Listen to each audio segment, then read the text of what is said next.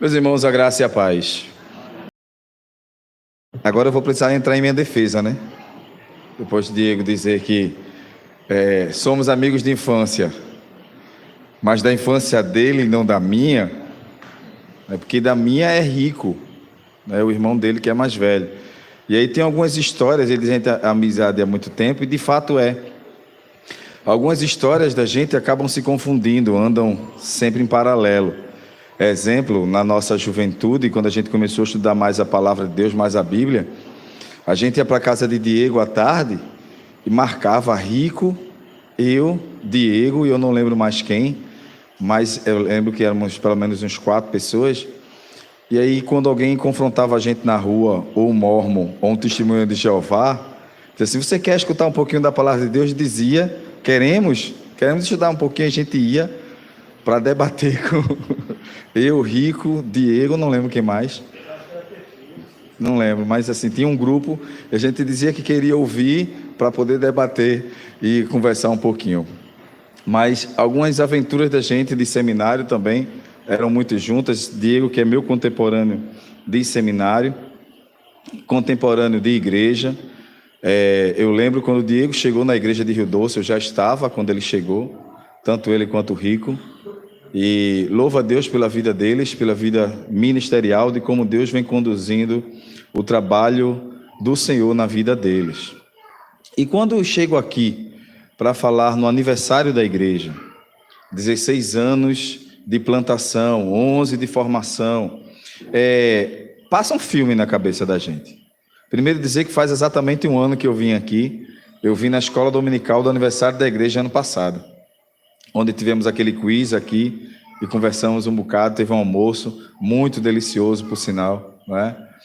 E quando a gente pensa sobre o aniversário da igreja, passa um filme, porque eu lembro de quando o trabalho começou, lá na casa de seu Cardoso, aquela tenda com o PH, e era a cada 15 dias ia Diego, no outro 15 dias ia eu, Reinaldo também ia de vez em quando. Então a gente ia revezando os sábados de evangelismo, até que passou a ser na escola, e aí, de fato, ali o conselho determinou que Diego ficasse à frente do trabalho. Éramos 3 seminaristas, e Diego ficou à frente lá no Colégio Isabela de Paula, lá em cima. Depois desce para o galpão, e aí adquiriu-se o terreno e começou o trabalho. E quando a gente pensa sobre o nascedouro da igreja, pensamos sobre o nascedouro desta igreja, sobre os dias que vivemos, os dias que vocês viveram mais intensamente, principalmente os que estão desde o início aqui, e viveram dias de glória, mas também viveram dias de luta. Quantas vezes a gente ouvia o relato de Diego dizer a dificuldade de fazer o culto aqui quando chovia, por exemplo, da construção do terreno, às vezes da falta de recurso. E aí a gente começa a pensar sobre todos esses dias de batalha, de luta, de dificuldades, e como eles foram um a um sendo vencidos, e chegamos até aqui. Quando a gente chega até aqui, vê o templo iluminado, todo o equipamento, a estrutura, as pessoas, a saída das crianças devagar, né? As crianças, desde quando eu era menino, que dizia assim: as crianças podem sair devagar. Essa palavra nunca aconteceu, né? As crianças nunca saem devagar. É melhor dizer assim: crianças, fiquem à vontade. E aí eles fazem do jeito deles.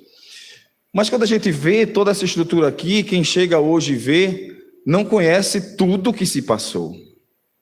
E quando pensamos sobre nascedouro de igreja, eu quero voltar um pouquinho, séculos atrás, e sobre uma discussão teológica sobre de quando de fato nasce a igreja. Para alguns, o nascedouro da igreja dá-se quando Cristo disse a Pedro: eis que essa tua palavra, Pedro, quando Pedro disse a Jesus: tu és o Cristo, o Filho do Deus vivo. E então Jesus disse: esta é a mensagem, esta é a minha igreja, e sobre ela o inferno não prevalecerá. Outros dizem que o nascimento da igreja dá-se ao momento em que o Espírito Santo é derramado sobre os 120, e eles saem cheios e intrépidos para pregar o evangelho. Então ali é o nascedouro da igreja. Outros afirmam que o nascedouro da igreja dá-se quando Cristo, então, vem implantar o seu reino na terra, quando ele, no início do seu sermão do monte, diz: o reino de Deus é chegado.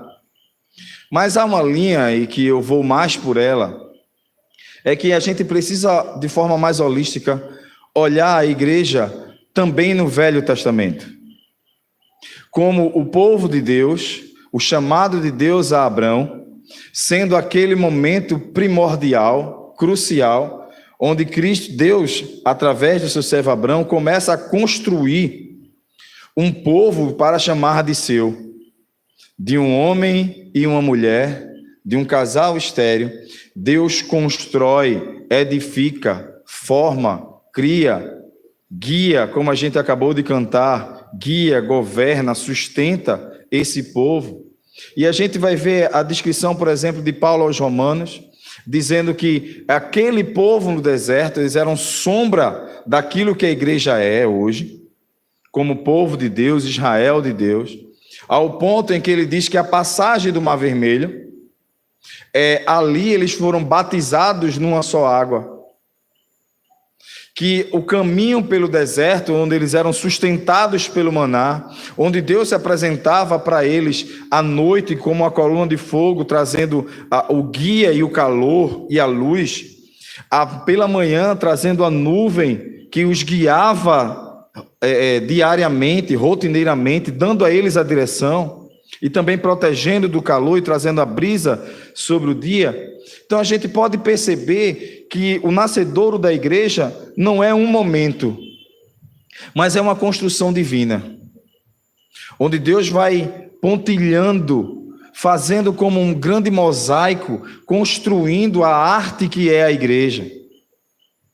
E a partir disso nós podemos perceber que essas lutas que nós tivemos aqui, para chegarmos até os 16 anos, também foram lutas travadas pela igreja ao longo do século, também foram lutas travadas pelo povo de Deus ao passo do tempo. E que da mesma forma que Deus nos atribuiu vitórias, e chegamos aos 16 anos, Deus atribuiu vitórias à igreja ao longo do tempo, Deus atribuiu vitórias ao seu povo ao passo do tempo. E é esse o tema que eu quero propor para os irmãos, e os convido a abrir a sua Bíblia no livro de Isaías 43, e vamos fazer a leitura de alguns versos deste texto.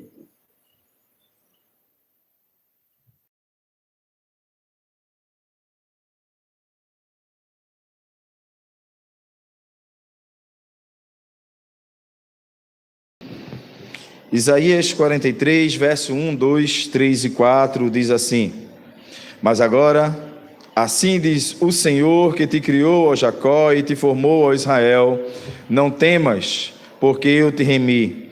Chamei-te pelo teu nome, tu és meu. Quando passares pelas águas, eu serei contigo. Quando pelos rios, eles não te submergirão. Quando passares pelo fogo, não te queimarás, nem a chama arderá em ti. Eu sou o Senhor, o teu Deus, o Santo de Israel, o teu Salvador. Dei o Egito por teu resgate, e Etiópia e Sebá por ti. E visto que foste precioso aos meus olhos, digno de honra, eu te amei. Darei homens por ti, e os povos pela tua vida. Vamos orar? Bondoso Deus e eterno Pai, rogo ao Senhor que, para a glória do teu santo nome, fales aos nossos corações pela tua palavra. Então somente isso, em nome de Jesus. Amém. O contexto aqui apresentado, o livro de Isaías, escrito pelo profeta Isaías. Isaías, ele tem sempre uma polêmica sobre o livro, sobre a escritura do livro, mas recentemente, na Idade Moderna, já foi provado que o livro de Isaías foi escrito pelo próprio profeta. Os rolos e os pergaminhos encontrados no Mar Morto apontam para isso, que Isaías é o autor do livro, e a escola de profetas de Isaías é uma escola diferente de vários outros profetas. Isaías era um profeta messiânico, porque ele aponta, as suas profecias apontam diretamente para a vinda do Messias. Isaías também é um profeta palaciano, porque diferente de outros profetas que andavam no meio do povo, como Jeremias, por exemplo, como Ezequiel, como Obadias, e Isaías é o profeta que estava entre os reis. Quando nós vamos observar a escritura do capítulo 1 de Isaías e ver que ele passeou entre os reis, ele estava perto dos reis. Todas as suas profecias são ditas diretamente ao reino de uma forma mais macro, alcançando todo o povo, alcançando toda a nação de Israel. Ao observar, por exemplo, outros profetas que têm profecias mais direcionadas. Isaías, ele é mais macro, é mais amplo, alcançando todo o povo. Mas Isaías também tem uma característica muito singular aos outros profetas, porque Isaías era um profeta antes do exílio babilônico. Antes do povo ir para a Babilônia, cativo à Babilônia, Isaías é o profeta que também tem a mensagem de arrependimento. E o povo de Israel, então, não se converte a essa mensagem.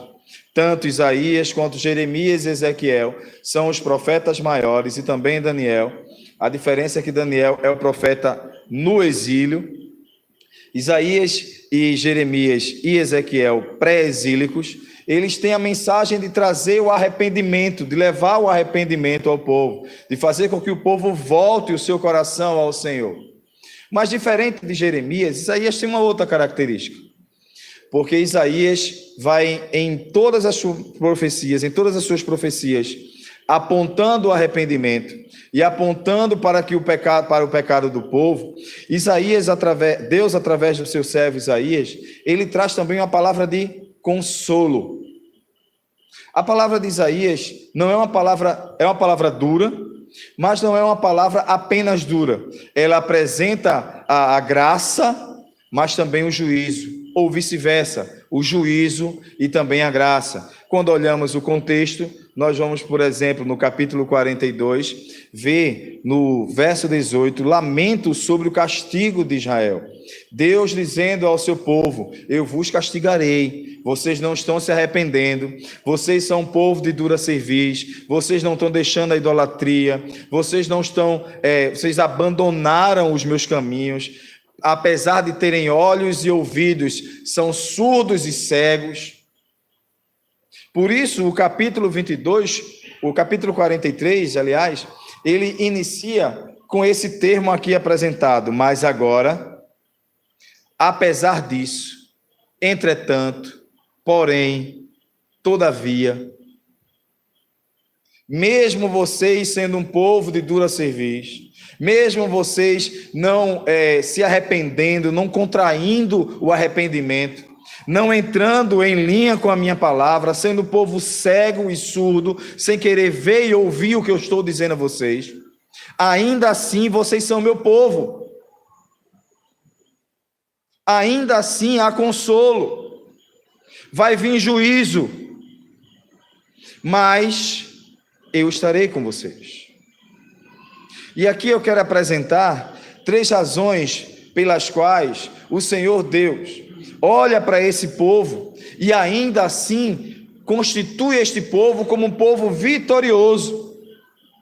Constitui esse povo como um povo que vai, mesmo com lutas, mesmo sendo um povo rebelde, mesmo sendo um povo de dura cerviz, de um coração distante do Senhor, como ele coloca no contexto, ainda assim é um povo que Deus conduz em vitória, não por causa do povo, mas por causa da sua graça e infinita bondade. E o primeiro ponto que eu quero apresentar está no verso 1. Este povo, apesar de estar sendo conduzido ao cativeiro, apesar de estar sendo conduzido a um juízo, apesar de ser um povo duro, apesar de ser um povo que precisava ser resgatado, Deus continua conduzindo este povo em vitória. Primeiro, porque este povo é cria sua, porque o Senhor que formou esse povo, porque o Senhor é quem redimiu este povo, porque este povo pertence a Ele.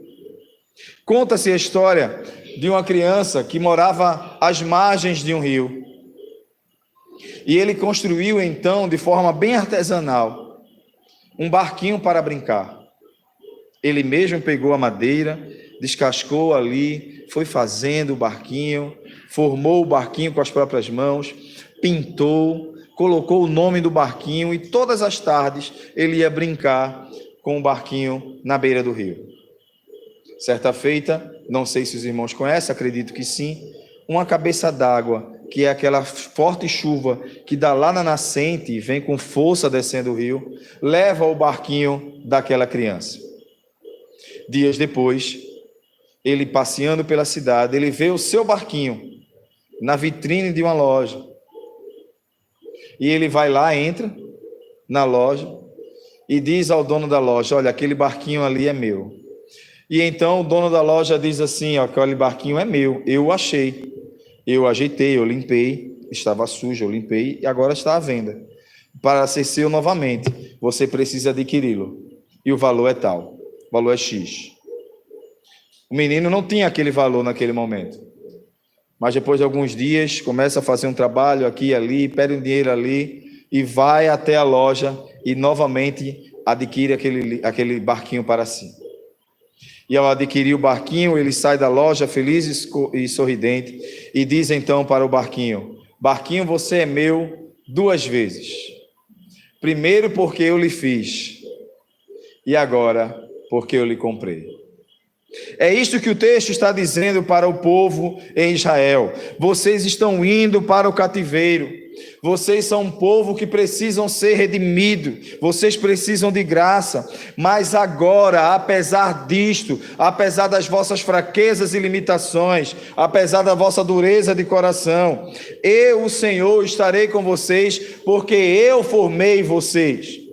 É sempre importante lembrar que o termo que ele apresenta aqui, eu te criei, o Senhor que te criou, ó Jacó, e te formou, ó Israel. Muito embora sejam a mesma pessoa, os termos sejam diferentes, Jacó e Israel. O que ele está dizendo para o povo é: eu é que transformei a tua vida. Vocês vão lembrar daquela luta de Jacó com o príncipe dos céus, com o próprio Deus, e que ali ele teve o seu nome transformado de Jacó para Israel, de mentiroso para príncipe de Deus. E agora o que Deus está dizendo para ele é: eu fiz você, eu criei você, eu que te chamei. Deus está dizendo: você chegou até aqui, ó povo de Israel, não por sua própria força e condição. Você não chegou até aqui porque você é um povo forte, ao contrário. Nós vamos o tempo todo perceber lá em Deuteronômio, por exemplo, quando Deus está ainda determinando a entrada do povo na terra prometida, lembrando ao povo: quando lá entrares, não diga que foi o teu braço, não ache que foi a sua força, não ache que foi a sua condição. Lembre, o Senhor te resgatou. Deus está dizendo para o povo: vocês chegaram até aqui, e aqui estão, porque eu remi vocês. Eu tirei vocês daquela condição de escravidão. Eu resgatei vocês, transformei de Jacó para Israel. Transformei vocês de um povo humilde, a grande nação que é hoje. Chamei pelo nome de vocês. E é importante observar aqui também que a ação ativa é do Senhor. O povo sofre a ação passiva. Deus faz. Deus é. Deus resgata, Deus transforma, e assim Deus vai dando a este povo vitórias, porque este povo pertence ao Senhor. Eu te criei, eu te formei, você é meu. Segundo ponto, Deus vai dando vitória a esse povo. Verso 2: quando passares pelas águas, eu serei contigo. Quando pelos rios, eles não te submergirão. Quando passares pelo fogo, não te queimarás, nem a chama arderá em ti. Verso 3: porque eu sou o Senhor teu Deus, o Santo de Israel. O Santo de Israel, o teu Salvador. Dei o Egito e Sebar por resgate, Etiópia e Sebar por ti. Mas o verso 2 traz para nós a segunda verdade. Em primeiro lugar, Deus dá vitória ao povo porque Ele o criou. Em segundo lugar, Deus dá vitória ao povo por causa da sua presença no meio do povo. Vamos fazer um resgate da memória. Deus tira Israel do Egito e caminha 40 anos com aquele povo pelo deserto. A grande promessa de Deus para Abraão, para Moisés, para Jacó, para José, para todos os outros patriarcas, não foi uma vida sossegada, não foi uma vida abastada. Alguns tiveram, mas a promessa de Deus para ele não foi prosperidade aqui. A promessa de Deus para cada um deles não foi que eles iam viver uma vida tranquila e sossegada e pacata. A grande promessa de Deus para com eles foi: eu estarei com vocês. Em toda a caminhada, em toda a peregrinação de Deus, do povo de Israel pelo deserto, a promessa do Senhor para eles era: eu estarei com vocês. A promessa de Deus para Moisés, quando ele se recusou ir a Faraó, foi: vá e eu serei contigo. A promessa de Deus para Moisés, quando estava de frente ao Mar Vermelho: coloca a mão, estende o cajado e eu serei contigo. Quando Moisés agora está de frente para o exército, a pergunta que Deus faz para Moisés, crucial: por que estás parado? Por que clamas a mim? Diga ao povo que marche, eu serei com vocês. A segunda parte do sermão, que nos ensina o porquê Deus vai dando vitória a esse povo, apesar desse povo, é por causa da própria presença de Deus no meio do povo de Israel. Ele é o santo de Israel, ele está no meio do povo, entronizado. O governo teocêntrico, onde invocava o nome do Senhor quando guerras precisavam lutar. Nós vamos perceber, por exemplo, Moisés, quando sobe ao monte, e ele está lutando contra Abimeleque, e naquela luta, naquele entrave, quando ele erguia as mãos aos céus e orava ao Senhor, o povo de Israel prevalecia. Quando isto não acontecia, Abimeleque prevalecia, até que os seus amigos, Josué e falhou o nome agora, do irmão de Arão, colocam uma pedra para que ele possa manter as mãos em pé. Quando o povo clama ao Senhor, Deus está no meio do povo, e então o povo obtém vitória. A vitória não vem por causa da força do povo, a vitória vem porque Deus está no meio do povo. É bom lembrar também, fazer um link perfeito aqui com o que diz o Salmo 46. Abra sua Bíblia e vamos ler alguns versos do Salmo 46.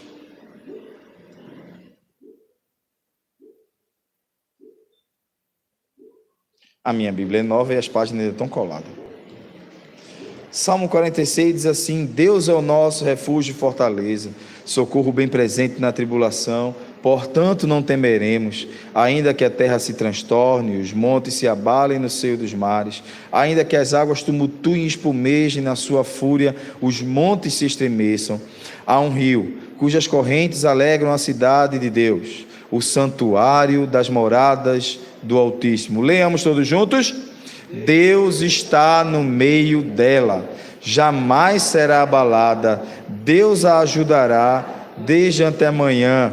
Bramam as nações, reinos se abalam, ele faz ouvir a sua voz e a terra se dissolve. Deus está no meio dela. Era esta certeza que o povo de Israel precisava ter. Vocês vão ao cativeiro, vocês de fato vão passar um tempo lá, mas eu estarei com vocês lá. Não importa se no deserto, se no cativeiro, se no palácio, se Deus não estiver, a nossa vida vai por água abaixo. Mas se no deserto, se no palácio, Se em qualquer lugar da nossa vida Deus estiver conosco, a melhor coisa nós temos que é a sua presença entre nós.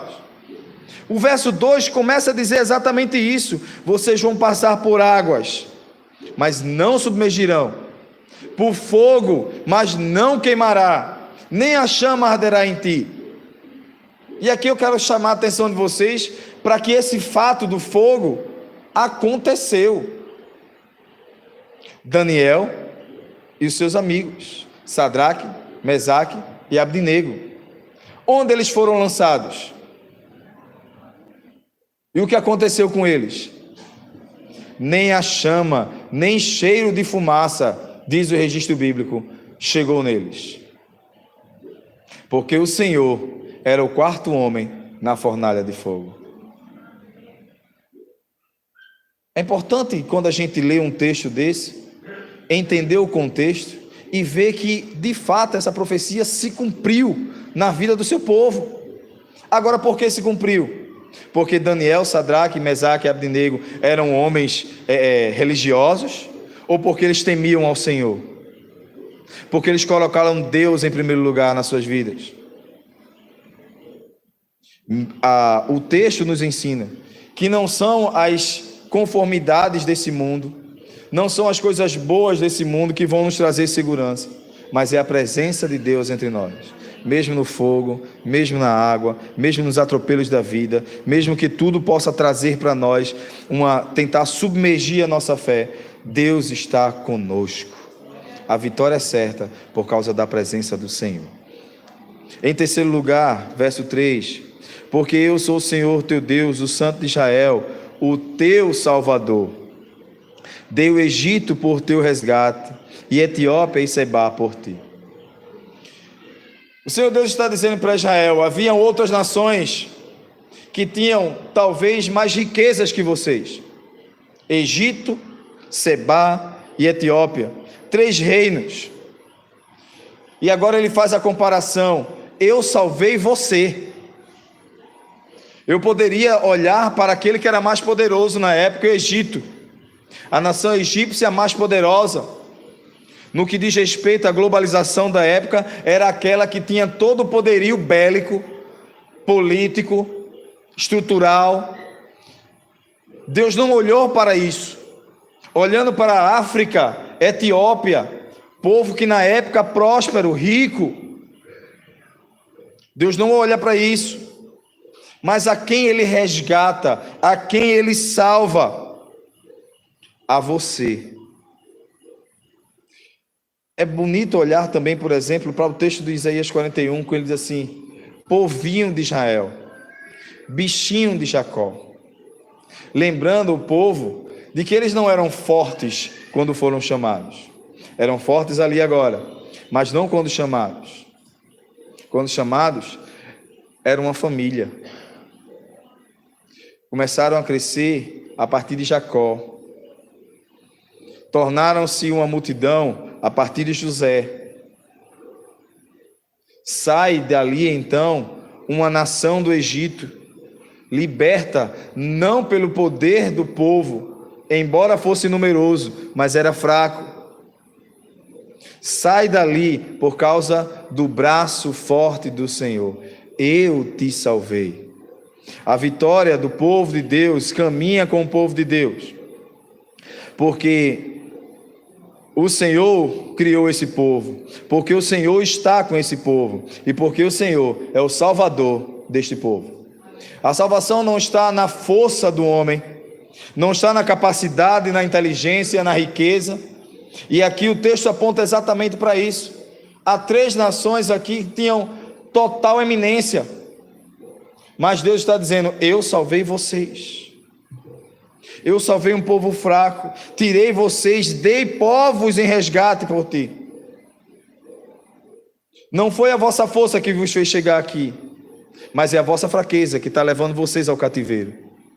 E ainda assim, eu continuo sendo o Salvador da vida de vocês. Em quarto e último lugar, irmãos, verso 4: visto que foste precioso aos meus olhos, digno de honra, eu te amei. Darei homens por ti e povos pela tua vida. E aqui eu quero destacar o termo, eu te amei. Em quarto e último lugar, a vitória que Deus estabelece para o povo de Deus, para o seu povo, é por causa do seu amor para com esse povo. O seu cuidado, o seu zelo, o seu ciúme para com este povo. E Deus traz vitória sobre esse povo, para este povo, porque Ele criou este povo, porque Ele está com este povo, porque Ele é o Salvador deste povo e porque Ele ama este povo. O seu amor, ao olhar para o povo de Israel, ao olhar para Abraão, ao olhar para Noé, ao olhar para todos os outros patriarcas, é interessante que os textos dizem assim: e Deus achou graça neles. Eles não fizeram nada para que agradassem ao Senhor. Abraão vinha de uma família idólatra, em Ur dos Caldeus. Nada que Abraão fizera até aquele momento poderia ser algo que agradasse ao Senhor. Nada que Noé tinha feito naquele momento era algo que tinha agradado ao Senhor. Mas a graça de Deus os alcançou. O amor de Deus os viu. E aí nós temos dentro da nossa teologia o amor incondicional.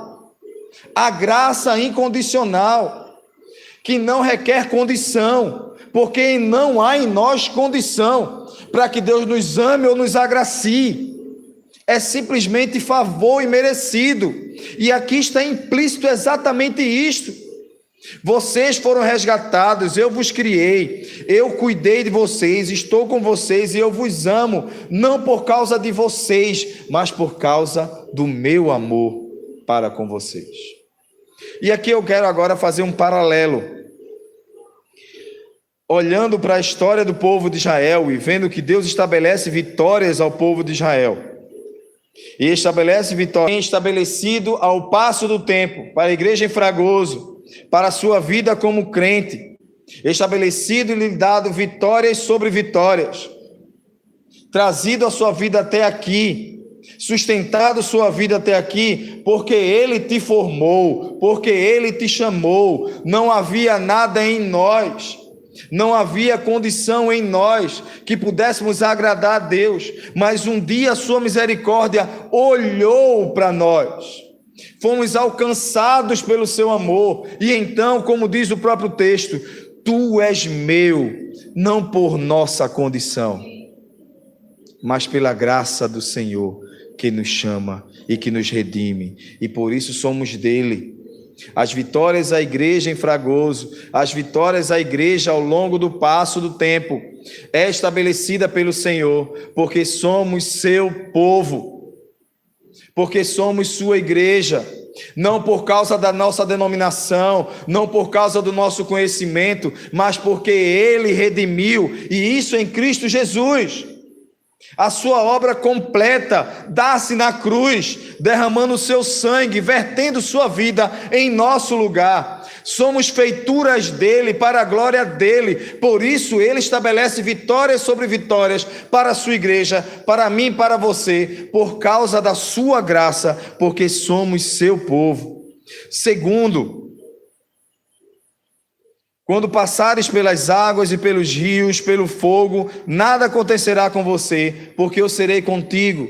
Assim como Deus foi com o povo de Israel, assim como Deus foi com Abraão, assim como Deus foi com Moisés e a caminhada pelo deserto, assim como apesar da dureza do coração, Deus está dizendo ao povo em Isaías: eu serei com vocês, eu estou com vocês. Deus essa noite nos mostra através da sua palavra, Ele também está conosco, com a IPF, com o pastor Diego, com Catiane, com o ministério aqui estabelecido.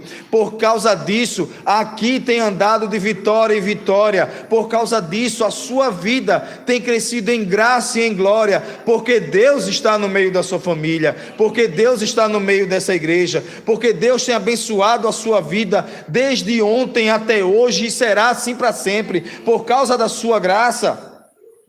Quando olharmos para esse texto, façamos um paralelo sobre o nosso próprio viver e observemos, olhemos para trás. Façamos uma retrospectiva de quantas e quantas vezes Deus nos reergueu em momentos difíceis da vida. Não tinha ninguém ao nosso redor, mas podíamos perceber a sua santa e poderosa presença dizendo: eu estou contigo. Quantas lágrimas, possivelmente, não foram vertidas pelo reverendo Diego, pelo conselho dessa igreja, em momentos difíceis, em dias de luta. Quantos aconselhamentos, quantas dores já não passaram, chorando, e nesse momento é que se sente a poderosa mão do Senhor sustentando, dizendo: eu estou contigo. A vitória da igreja não é estabelecida por causa da sabedoria e dos estudos do pastor Diego, por causa do envolvimento dos irmãos, porque cada um aqui dá e dá muito para ajudar essa igreja. Mas essa vitória é estabelecida porque o Senhor está conosco. O Deus de Jacó é o nosso refúgio. Em terceiro lugar, da mesma forma como o Senhor mostrou-se salvador de Israel, apesar de o estar conduzindo em via de cativeiro, de dureza de juízo, da mesma forma Deus se mostra salvador nosso a cada dia, a cada amanhecer. A sua misericórdia se renova, sua fidelidade se estabelece, mostrando para nós que nós somos seus filhos. Não é sobre ter cargo, não é sobre estar à frente. O que Deus nos chama é para sermos filhos seus. O que Deus um dia, diante dele, vai requerer de nós, não é saber quantas escolas dominicais eu dei aula, ou quantas eu faltei. Não estou dizendo agora que por causa disso você vai deixar de vir para a escola dominical, venha. Mas quantas vezes nós estamos tão robotizados, mecanizados, de fazer as coisas na igreja, porque temos um cargo, ou somos cobrados por isso, ou porque temos que fazer, porque tem que fazer. Não, faça porque você é salvo em Cristo Jesus, porque você é filho de Deus, porque Deus o estabeleceu nessa vida, nessa terra, para ser servo dele, para a glória dele. Temos muitas vezes mudado a nossa ótica e realizado aquilo que realizamos na igreja por causa dos cargos, das eleições. Faça por amor, faça porque entendeu que Ele é teu Salvador e que sem Ele você não tem outra salvação. Sem Ele não há solução para a sua vida. O texto no verso 3 nos ensina de que a vitória é estabelecida ao povo de Deus ao passo do tempo, porque Ele é o Salvador desse povo. As nossas vitórias não chegam por causa dos cargos que temos. As nossas vitórias chegam porque Ele um dia nos salvou. Não é sobre ter carga, é sobre ser filho. E não há nada melhor do que ser filho de Deus.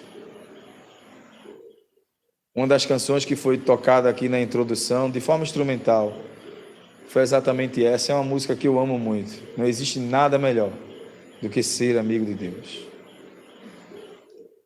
Como está a sua relação de filho com o seu Pai eterno, com o Senhor Deus? Como está a sua relação com o Senhor enquanto servo, enquanto criatura? O desejo do meu coração é que possamos restabelecer esse vínculo paterno que Deus tem conosco, de uma forma definitiva e para a glória dele. E em quarto e último lugar, visto que foste precioso aos meus olhos, digno de honra, eu te amei. Eu acho maravilhosa a carta de João às igrejas, que nós conhecemos como o livro de Apocalipse. O livro de Apocalipse é um livro muito temido.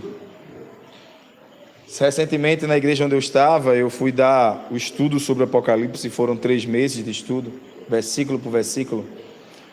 E uma irmã chegou para mim e disse assim: eu nunca li Apocalipse, pastor. Eu disse: por quê? Porque eu tenho medo do livro. é muito simbolismo, eu tenho medo disso, tenho medo daquilo. E para alguns que estão iniciando na fé cristã, às vezes traz um incômodo ler o livro do Apocalipse, até porque ele é cheio de símbolos, então é difícil até a compreensão. Mas há um verso que muitas vezes passa despercebido aos nossos olhos. É a introdução da carta e a apresentação daquele que manda escrever a carta.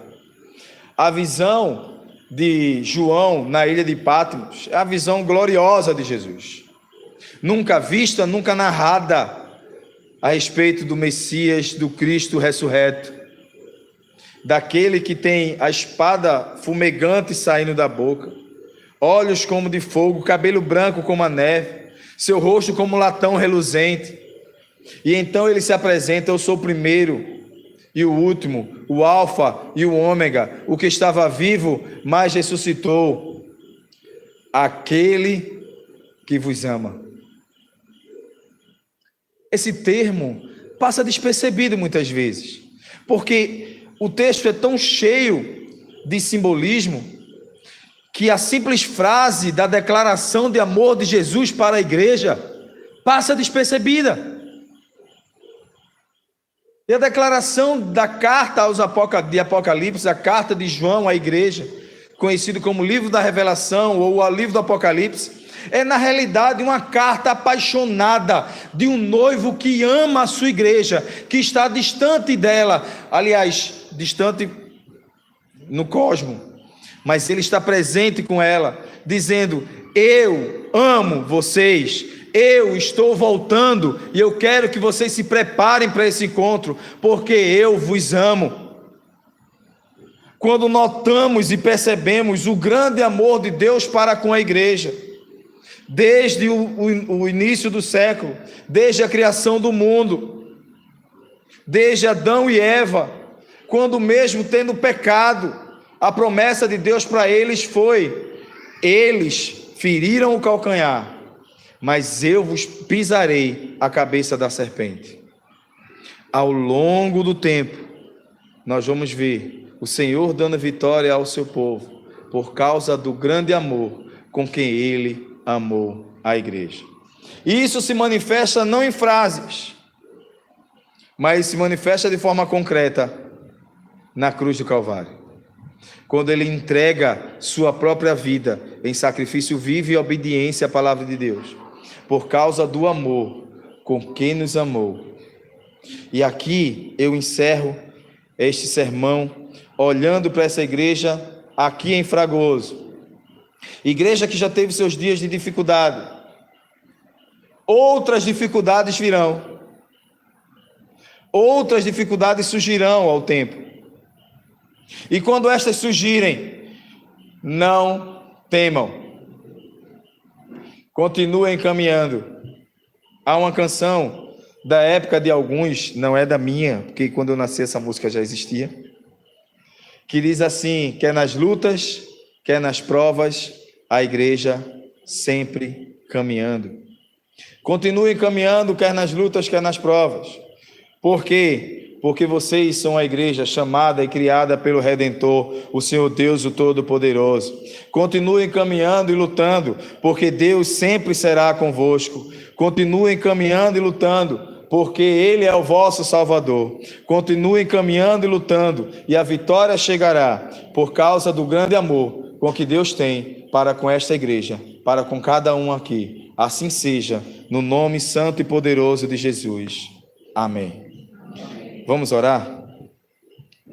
Bondoso e eterno Deus, rogamos ao Senhor que aquilo que essa noite foi lido e apresentado aqui, Teu Espírito fale, sustente, fortaleça cada vida aqui. Eu te louvo, ó Deus, pela vida da igreja em Fragoso, pelas pessoas que já foram alcançadas aqui, por aquelas que o Senhor ainda vai trazer, pelas crianças, pelos mais velhos, por cada ministério que o Senhor tem utilizado, teus servos aqui. Te louvamos, ó Deus, porque o Senhor um dia nos chamou, nos criou, nos resgatou. Te louvamos, ó Deus, porque o Senhor permanece conosco. Te louvamos porque o Senhor nos salvou das trevas do pecado para a vida eterna e para a luz. E te louvamos, ó Deus, porque sem merecer, temos recebido a cada dia o teu grande, doce e suave amor. Seja assim conosco, para a glória de Deus Pai, em nome de Jesus. Amém.